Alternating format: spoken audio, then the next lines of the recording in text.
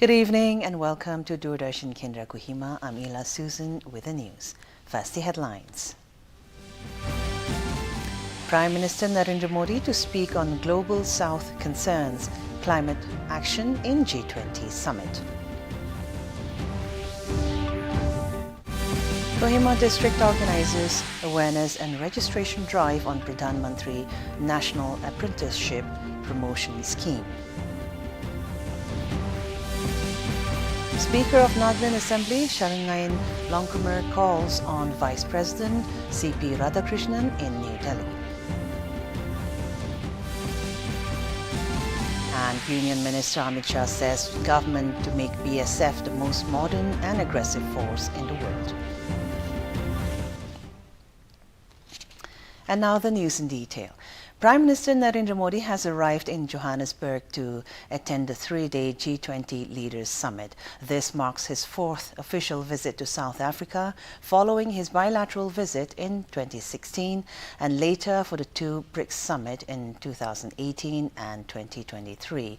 Earlier in his departure statement, Prime Minister Modi said the summit will be an opportunity to discuss key global issues, adding that he will present India's perspective at the summit in line with the nation's vision of Vasudhaiva Kutumbakam and One Earth, One Family, One Future.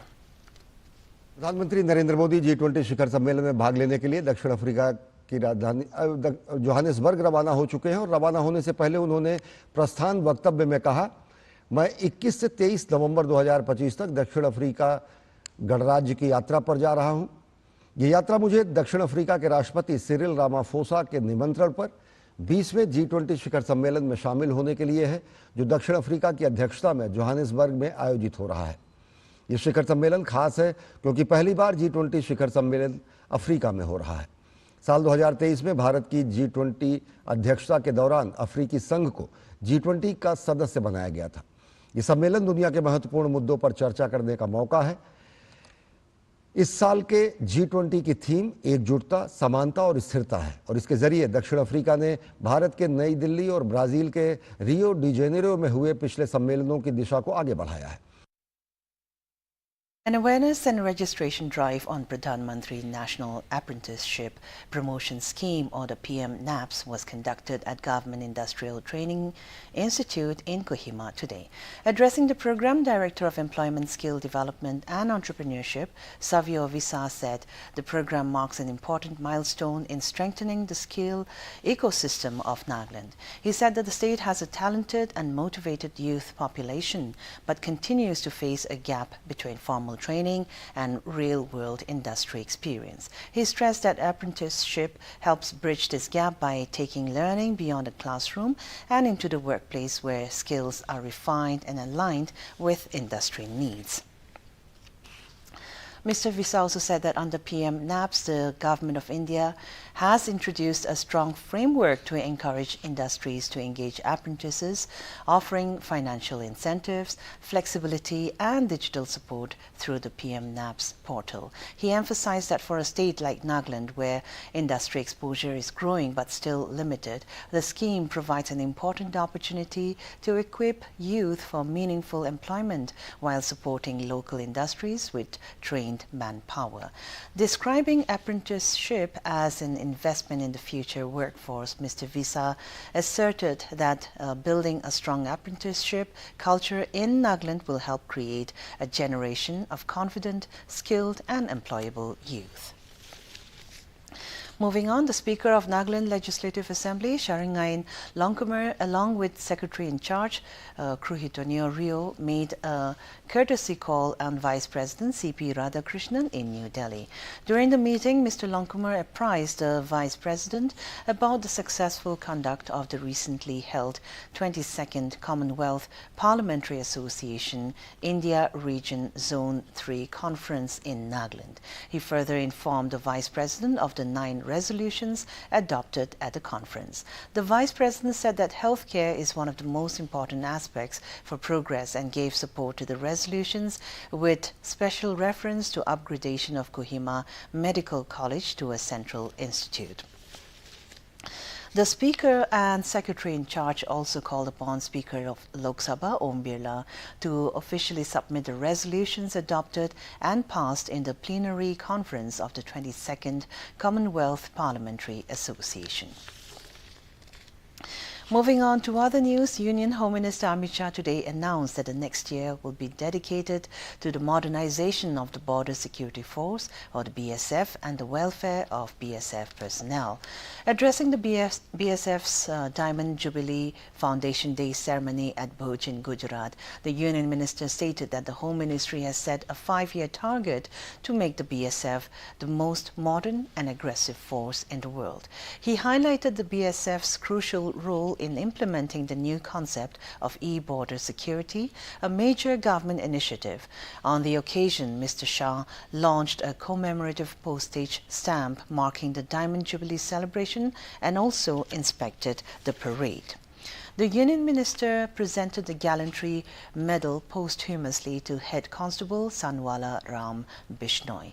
Mr. Shah also awarded the medals and trophies to the brave BSF warriors for their exemplary contribution to national security. तोड़ जवाब दिया जाए। BSF के जवानों ने उनको जवाब देने में कोई कसर नहीं छोड़ी, कोई कसर। और इसके कारण समग्र विश्व के अंदर ये निश्चित होगा कि भारत की सीमा और भारत के सुरक्षा बलों के साथ छेड़खानी नहीं करते हैं, वरना नतीजे भुगतने पड़ते हैं। Regional Employment Exchange Kohima conducted a one-day job fair today, bringing together job seekers, employers and key placement agencies under a single platform. The event was jointly conducted by the Regional Employment Officer Kohima, Sub-Regional Employment Officer, National Career Service for STSC Kohima and Don Bosco Placement Network Dimapur. The event aimed to create direct engagement between recruiters and candidates, promote employment opportunities, and support the state's skill development initiatives. The organizers highlighted that Nagaland continues to face a high unemployment rate with over 74,500 individuals registered in employment exchanges across the state as of July 2025. The Regional Employment Officer, Kohima T. Yimli Kumzuk, informed that a total of 7 companies participated in the fair, offering more than 500 job openings across various sectors within Nagaland and other states. The Employment Officer added that more than 250 candidates attended the fair, out of which 74 were shortlisted for employment opportunities across different sectors. And now let's go for a short break. Police miss Seema ji अभी police station आई है।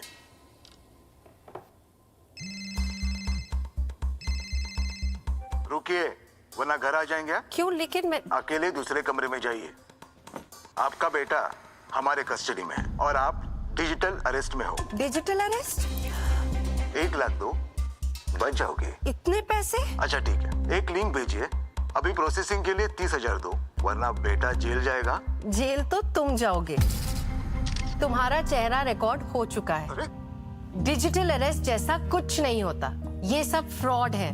इसीलिए panic ना करें। Police, bank, RBI इत्यादि के नाम पर आने वाले साइबर अपराधियों के फोन या वीडियो कॉल से सावधान रहें। उन्हें पैसे ना भेजें और तुरंत पुलिस में रिपोर्ट करें। हेलो मम्मा। आरबीआई कहता है जानकार बनिए, सतर्क रहिए। And welcome back.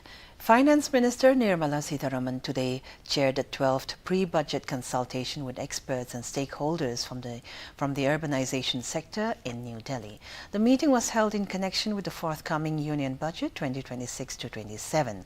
Secretary of the Ministry of Housing and Urban Affairs, Chief Economic Advisor to the Government of India, and senior officials of the Finance Ministry attended the meeting. Earlier in the day, the Finance Minister held the 11th pre-budget consultation with experts from the infrastructure and energy sectors. The Finance Ministry conducts several pre-budget consultation meetings annually with experts, industry leaders, economists and also state officials. The deliberations seek to ensure the union budget reflects diverse perspectives and addresses key economic priorities. A moderate earthquake jolted Dhaka and several other parts of Bangladesh this morning, prompting residents to rush outdoors in alarm as buildings shook across the capital. According to the Bangladesh Meteorological Department, the epicenter of the 5.7 magnitude quake was located in Madhabdi, under Narsingdi district. In Dhaka, the tremor was felt strongly for a few seconds, causing high-rise buildings to sway. The tremors were also felt across Kolkata, Assam and other parts of the northeastern region. The central government today announced the implementation of 4 new labor codes that seek to simplify and streamline the existing decades-old laws in the country. The Ministry of Labor said that the new labor codes will ensure better wages, safety, social security and welfare for the country's workforce. The Code on Wages 2019, the Industrial Relations Code of 2020, the Code on Social Security 2020 and the Occupational Safety, Health and Working Conditions Code of 2020 will be implemented from today onwards. Today is World Television Day. The day recognizes television as a vital medium in informing, educating and influencing public opinion and in fostering communication and global understanding.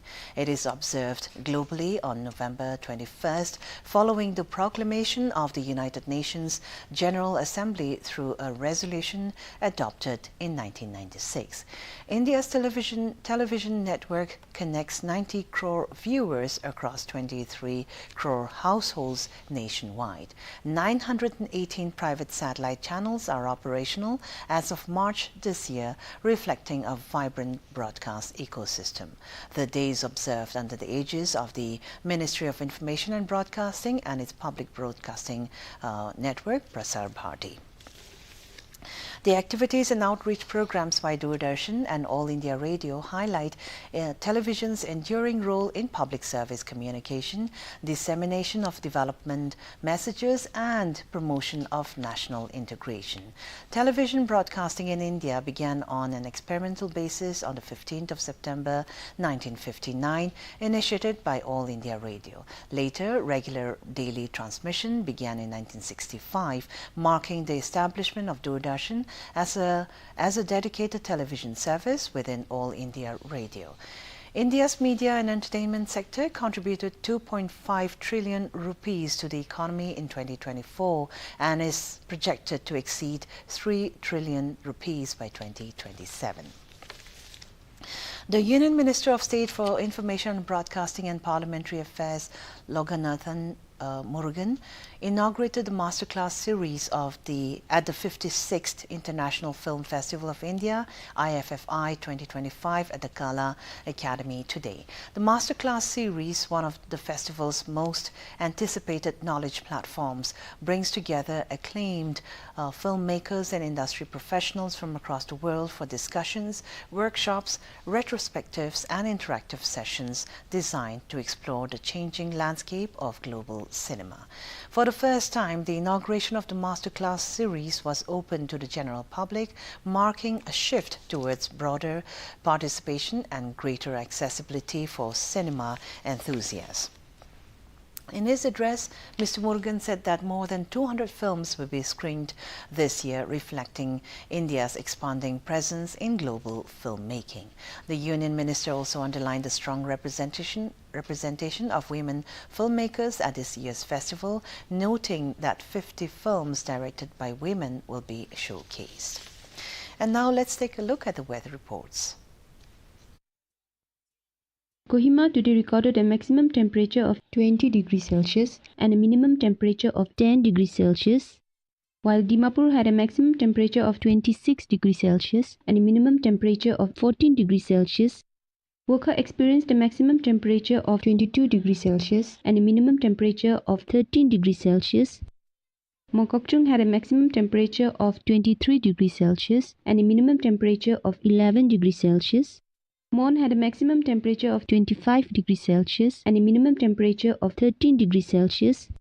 Towards the east, Tuensang had a maximum temperature of 16 degrees Celsius and a minimum temperature of 8 degrees Celsius.